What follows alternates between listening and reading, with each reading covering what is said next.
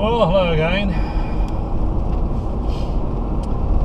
I saw the last two videos that I did with the camera pointing out of the windscreen. Didn't do very well views-wise. Not that it matters a lot, I don't get many views anyway, but I thought this time I would subject you to my appearance. So this time the camera is looking at me. You might still be able to see some of the scenery in the background. It's a different area, this. It looks a bit different. I've been looking around as I usually do, usually when I'm having my breakfast, while I'm eating my breakfast cereal, at some of the usual suspects on YouTube. There's a couple of guys that delete all my comments all the time. If I leave a comment, they delete it, you know, so I'm not going to mention who they are. But it shows what I've said in the past about these people not wanting a narrative out there that says, hey, you know, what about this and why would this happen? You know, they don't want anybody doubting the narrative. So they have to, any comments that run contrary to the ET narrative, deleted. And it's a great shame, really, because I mean there must be an awful lot of people out there that just swallow all this stuff hook, line and sinker. I saw Senator Tim Burchett yesterday. I think they had another meeting, a skiff, didn't they, yesterday? So hopefully we'll be able to get some information from that. But he actually said he's not expecting to see any little green men or flying saucers. He just wants to know where the money's going. So I think he knows there's nothing to the ET nonsense. I think he knows it's all down to terrestrial adversarial. And it may well be there's a lot of black projects that are working on that stuff that they don't want anyone to know about. It's classified, you know, they don't want the adversaries to know how they track these things or what they can track, you know. So it's always going to be classified stuff when it comes to UAP. Nothing whatsoever to do with ET. But I've seen so much rubbish on here recently. I mean, this is personal opinion, of course, but the guy that took Gary Nolan and the woman, I can never remember her name, Pasakula or something, the religious professor, out to an alleged alien spacecraft crash site 10 years ago, was actually in a picture in the middle of the two Bledsoes, the Bledsoe and Son, and I think he does legitimately work for NASA or something like that. But it just goes to show that, you know, people in positions like this guy, positions like people like Grusch, you know, they can be completely convinced there's something to it, even though there isn't. And I don't know if you've ever seen any of the Bledsoe stuff, but really, I mean, I saw some of it and I thought, who in their right mind would even consider this could be true? So, personal opinion, I just put a line through Bledsoe and Son. It's just absolute bloody nonsense. Yet this guy was with them. So all these people know each other behind the scenes. Of course, they've all got books out, you know. Bledsoe's got a book. Pretty fortunate that the aliens started abducting him just after his construction business failed. I mean, what would he have done for a living if he wasn't able to peddle all this stuff? Whitley Strieber, now I never believed Communion was a true story. Okay, personal opinion. Yeah, if you read it, it's written like a novel. But then I suppose people are going to say, well, Strieber's a novelist, you know. Doesn't ring like a real account. It's extremely far-fetched. Personally, I don't believe it's a true story. Even Strieber himself says, well, I believe this is what happened to me. If you think otherwise, you tell me what happened to me, you know. Which is if he'd written it as a fiction book, it wouldn't have done half as well. So just by saying it was a true story, it made it a bestseller. But Strieber was saying he was talking to a guy, and this fella had, I think it was a serviceman in Germany or something, and he'd met this beautiful woman and immediately fallen in love with her. Next thing you know, she's pregnant, and then she turns into a little grey alien right in front of him. I mean, come on, guys, really? Jesus, I reckon he must have just seen that film Galaxy Quest, you know, where the guy falls for the alien and you just see the tentacles coming up, you know. I reckon he'd just seen that. What a load of absolute rubbish. And of course, he's got a book out as well. They all have books out. They all know each other behind the scenes. In the words of Tim Burchett, it's an industry. The UAP-ET business, it's the UAP and UAPs is an industry. That's exactly what it is. So I just couldn't believe it. I thought, who in their right mind is going to believe this guy fathered a child with an alien, turned into a little grey alien in front of him? Absolute drivel, you know. And this other stuff, oh, it's not a mixture of religion and, you know, oh, jeez. I was going to say, oh, Jesus, yeah. Pun intended. Well, unintentional pun intended. It was an unintentional pun, but I'm going to leave it in there as a pun. You see what I mean?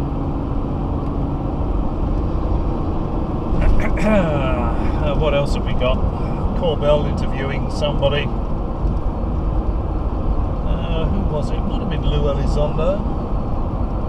Lou Elizondo's being very cagey about his book. You know what's going to be in it. Is he going to go down the full sci-fi path? Is he going to join Strieber and Co? You know, Philip Corso. It's all true. Take my word for it. I can't offer a scrap of tangible evidence, but just take my word for it that this fantastic tale is true. Zero evidence. But I don't know if you saw the video I did the other day when I was holding up a copy of Day After Roswell. You know, the Philip Corso book. Now, as far as I know, Corso is the only other person that's done a book that's saying he's physically handled extraterrestrial materials. I could be wrong. I don't know if Bob Lazar's done a book, has he, where he said he's handled that sort of stuff, but you can put a line through Bob Lazar. If you look at his history, it's just what he stated his occupations were in the past, you know, and what his occupations have been since, you know, he claimed he was working on the flying saucers, you know. He's got his own business selling bits and bobs, you know, but he's not doing scientific work as such, not doing physics. So Stanton Friedman always said that Lazar was no physicist, and if they were ever talking at a gig together at one of these conferences, in inverted commas, Lazar would always make an excuse and run away, so he wouldn't have to sit down and talk with Friedman. It's quite good when there's sort of infighting within the UFO industry, flying saucer industry. Eric Davis said Bob Lazar made up the whole cockamamie story. There's references to Harry Reid, Senator Harry Reid, by David Grusch, and I think Lou Elizondo as well. And there was an article in the Independent newspaper. Harry Reid says it's Vlad. They know it's the Russians. Russian drones that are swarming the American warships. And there was a drone show in Perth over the weekend. I didn't go myself. One of my colleagues did.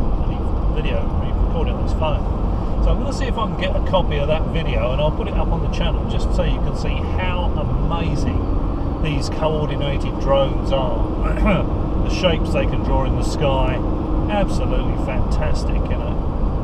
And these are just off the shelf civilian drones, so you can imagine what military drones would be like. You know, they're going to be very, very capable things. And I've seen footage of vectoring vehicles, aerial vehicles. slow down a bit here because there's a truck entry just up here. And they're very big trucks. One of those things to come roaring out here and crush me like a bug. 100 tons of logs or something.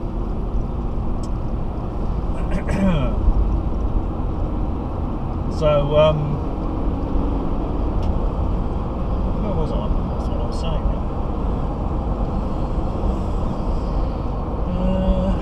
Yeah.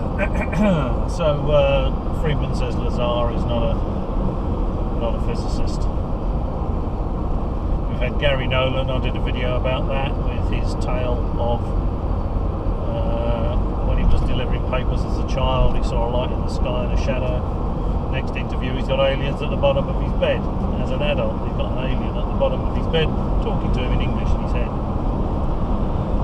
You know, how can anybody take any of these guys seriously, really? And Tom DeLonge lapping up all this rubbish from this guy, and I think this is the guy that said he'd fathered an alien child, you know. And of course the TTSA, remember that? Bloody Eric Davis and Hal Puthoff, Tom DeLonge, send us your money. Send us your money. We've got bits of alien spacecraft. We can build an interstellar spacecraft. People send their money. No spacecraft. TTSA seems to have disappeared of its own anti-gravity drive, doesn't it? TTSA is no more, is it? Or did they liquidate that and form another company so they could keep the money?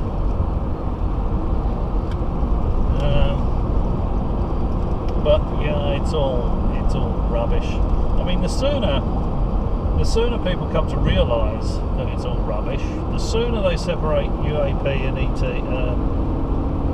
ET. That could have done with an arrow saying it was a tight corner. The better. Because the sooner they can separate the two and say, okay, UAP, we know there's classified stuff there. We're never going to get to the bottom of that. ET, on the other hand, completely different kettle of fish. People are saying they've got ET materials. Show the ET materials. Get them peer reviewed. Get them examined by independent scientists at different universities around the world. Get it proven to be ET material. And then someone could get a Nobel Prize and they'll say, well, you know, this team of people proved that we are not alone. Absolutely monumental announcement. We are not alone in the universe. Here is the tangible evidence that this planet has been visited by aliens. You know, that doesn't happen. It doesn't happen because nobody has any tangible evidence. Someone's telling you they're working on alien spacecraft. They're lying to you. Well, they're delusional. Someone tells you they're being abducted by aliens. Oh yeah, I have tea and cucumber sandwiches with Fred from the Cliam star systems every Wednesday afternoon. Sometimes he brings his wife, you know, Tiffany, and she doesn't like the cucumber though. You know, she prefers cheese. Oh, can we come round and meet Fred and Tiffany? Oh no. Or you can come round and just sit there and watch them having tea on their own, and they're saying, yes, well, they're there in my consciousness. You know? And of course, everybody that watches Star Trek knows that everyone that watches Star Trek knows every alien in the galaxy, in the universe, can speak English. It's a bit like a galactic version or a universal version of Esperanto. Do you remember that language, Esperanto? It wasn't. It was a constructed language, and the reason for that was so that it wouldn't offend anybody. You know, it was a language that was sort of unique in itself. So so that it wouldn't offend anybody, the global world language was going to be Esperanto. But they gave it up as a bad job because everybody just learns English, and English has become the global language, if you like. If a Chinaman talks to a German, they'll do it in English. And obviously the aliens have seen this, and they've learned English as well. So when they communicate, they'll be able to do so in perfect English, or in English that's plenty good enough. You know, a bit like the Americans do.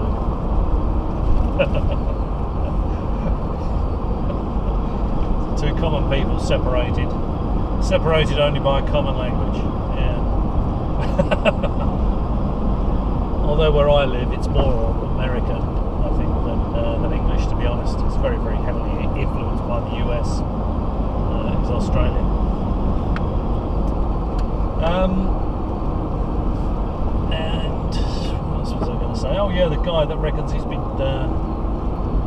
using quantum entanglement to talk to aliens in real time for the last few years. I think I might have already mentioned this, but I don't believe that either. I think it's all crap. I don't think anybody has seen or heard any aliens,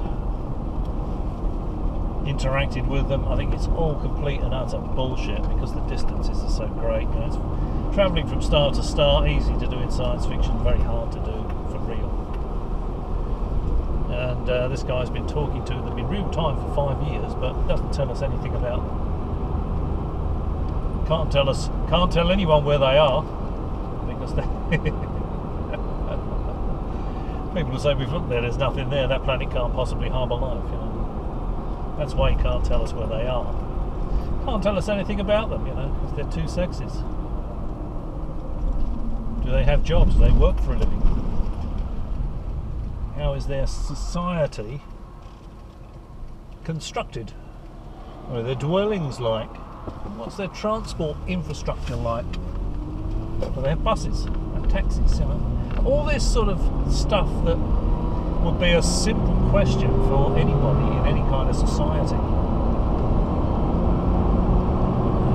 You know, how do they? What's their favourite food? You know, what sort of food is that? What does it look like? Is it an animal? Is it synthetic? You know, all these very, very simple questions. Not one of them. Not one of those has been answered. Hasn't mentioned anything like that at all. And then you've got the Sol Foundation treading all over the toes of ISA. And ISA, the ICER, you can look that up, but it's another ball of fluff. It's like the Sol Foundation, you know. There's nothing to it. You've got Eamon Ansbro on there. His PhD ABD means he hasn't got a PhD. All but dissertation. Got these PVC pipes with coils wound around them, heaps of inductance. And he says, oh yeah, you can't use it for communicating with aliens, but it won't. You can't communicate with aliens with it as a standalone device. You have to sit in a magic chair, connect your consciousness to the aliens through the PVC pipes with the coils wound around them.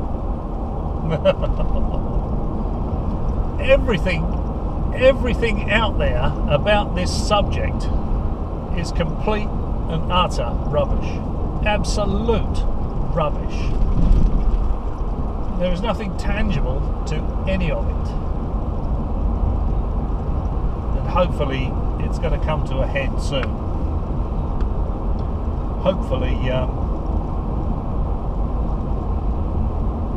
Hopefully Tim Burchett and Co. will keep pushing, and Danny Sheehan will keep pushing, and Steve Bassett will keep pushing, and pushing, and pushing, and pushing. And they will get to the bottom of it, and they'll find it's Mother Hubbard time. There is nothing there. None of these people that say they work on these projects will be able to produce any tangible evidence that any of it is real. They're not going to be able to take anybody to see any stuff. They're not going to be able to present any stuff. It's just an industry. And Lou Elizondo really dragging his heels with his book. He hasn't got a title for it yet. And he doesn't know really how he's going to pepper it with this ET stuff. He would have no doubt written a book about his military memoirs. But the thing is, no one's going to be interested in that. They're going to be interested in the ET aspect. So he's trying to figure out how he can seed it with stuff that'll make people buy it without him looking like a complete donkey, like Philip Corso. I handle this material, you know. Because when you see Lou Elizondo, all he says is, I can't talk about it, you know. If he can't talk about it, he can't write about it, can he? So what can he possibly put in the book? I won't buy a copy, but I might see if I can get hold of a copy just to have a bit of a look through. Take a bit of time off, you know, go and sit on the beach, have a bit of a chuckle. They'll probably all wonder what I'm laughing at, you know, people around me. Although the beaches here are pretty good, you know. If you go off peak when the kids aren't on holiday, you can pretty much have a beach to yourself up north.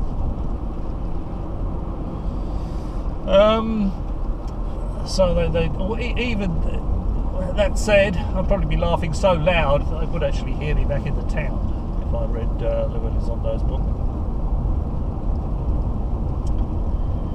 And I saw, I think it was actually on the weaponised thing, Corbell. There's 4 people up there. Corbell and might have been Lukatsky, or it might have been Stratton. And Corbell says to him, You've got access. The American government has access to the inside of an alien spacecraft. Yes or no? And the fellow that's either Lukatsky or Stratton says, well, you know, depends a lot on your wording, you know. And I thought, yeah, wriggle, mate, wriggle. And then Corbell asked him again, and then he realised that because he'd said so many times that they had, he didn't have any choice but to say yes when Corbell asked him again. But Corbell was staring, you know, into the camera.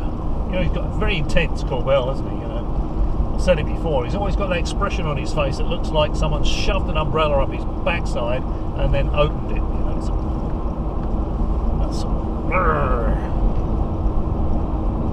you know, has the American government got access to the inside of an alien spacecraft? Oh, well, you know, depends on how you word it. Well, how else can you word that? Does Corbell really believe all this stuff, or is he just covering his backside by doing that on weaponised? Saying, all right, well, I'm spruiking all this stuff. I'm spruiking it because I believe it. This is the guy that was in charge of this project, and he's telling me that this is where it was going. They got the access to the inside of an alien spacecraft. When really Lukatsky or Stratton, or what they were really doing, was paying Bob Bigelow $22 million to investigate his own ranch. Skinwalker Ranch was owned by Bob Bigelow at the time. It's all incestuous, all this stuff. Of course, there's a book about that. But none of it is real. That's the bottom line. Skinwalker Ranch, forget it. Personal opinion, not real. It's all rubbish. Forget about it. Orsat, chasing werewolves and dino beavers. You know, forget it. But the only serious thing around with regard to all this stuff is Arrow. And Sean Kirkpatrick said, you know, put an article in Scientific American. Not the bloody Beano, not Nexus magazine, but Scientific American, saying there's no credible evidence that ET is coming here or has ever been here. And as I said before, he didn't have to do that article. He was told to say nothing. He could just disappear into the background and say nothing, couldn't he? He put that in there because I think he's as irritated about all this bloody science fiction rubbish coming from these people as I am. And they're taking advantage of the gullible. You know, they're writing books about it, telling stories about it, you know, presenting talks about it, and it's all absolute rubbish. Every syllable of what they say is complete and utter rubbish. And as I say, I hope they keep pushing. and they'll get to the bottom of it, and they'll find the cupboard is bare. It's Mother Hubbard time. The only thing is, will Bassett, Sheehan, Bowman, you know, all the usual suspects, Corbell, accept that there's nothing to it? If they're not shown tangible evidence that ET is coming here, will they still believe it's true, simply because they want it to be true so much? For reasons best known to themselves. Maybe it's because they sell books, DVDs, speaking fees. They want all this nonsense to continue. And it looks to me like what's happening at the moment is someone will tell a story and look and just take a look at what sort of pushback is on it, you know. And if there's not much pushback, they get bolder. So the next story is more exaggerated, you know, more going on in it, you know. Saw a bright light like Gary Nolan. I saw a bright light in the sky and a shadow, you know. People accept that, doesn't get any pushback from it. Oh yeah, when I was a kid, aliens at the bottom of the bed. No pushback from that, you know. Oh, when I was a professor at Stanford, there was an alien at the bottom of my bed that spoke to me in my head in English. You know, so the less pushback they get, and the more people that swallow all this absolute bloody poppycock, the more embellished the stories become. The more embellished they become. They haven't quite gone as far as Corey Good, you know. I was on Mars, kicking a can around the canteen, you know, on Mars. I mean, I really wouldn't give Corey Good or David Wilcock the time of day, personal opinion. Mind you, I wouldn't give any of these people the time of day. It would be a waste of time talking to them. Absolute waste of time. But it'll be interesting to see if all these fanboys will ever accept that there's nothing to it, that it's not ET. I'll leave a link to the Harry Reid article in the Independent newspaper below this video, so you can read it for yourself. Grusch says, oh yeah, I went over there and I had a chat with Senator Harry Reid, you know, blah blah blah blah blah, because he knows Harry Reid is dead and he can't say Grusch is talking a load of crap. Same with Elizondo. So I'll put that article, a link to that article below this video, and you can read it yourself. Harry Reid, Senator Harry Reid, who was their boss and thought all this stuff up, this Pentagon UFO investigative program, says, you know, why wasn't the congressional hearing told that we know it's the Russians? We know what it is. It's the Russians. The headline in the paper, it's Vlad. UAPs swarming US warships are Russian. It's all claptrap. All this ET stuff, science fiction hogwash. Alright, well I think that will do. I don't know how long this has run for. Hopefully it's all in one clip. But I just thought I'd let you know what I'd seen lately on there. It'll save you watching it, really. I mean, it's absolutely, it's becoming tedious to watch, put it that way. And you've got some channels there that are trying to put a video out every day, and it's getting more and more fanciful. Well, it has to, really, doesn't it? Because there's not much to it in the first place. Alright, well, as always, if you've struggled through the video all the way to this point, many thanks for watching, and maybe I'll catch you again.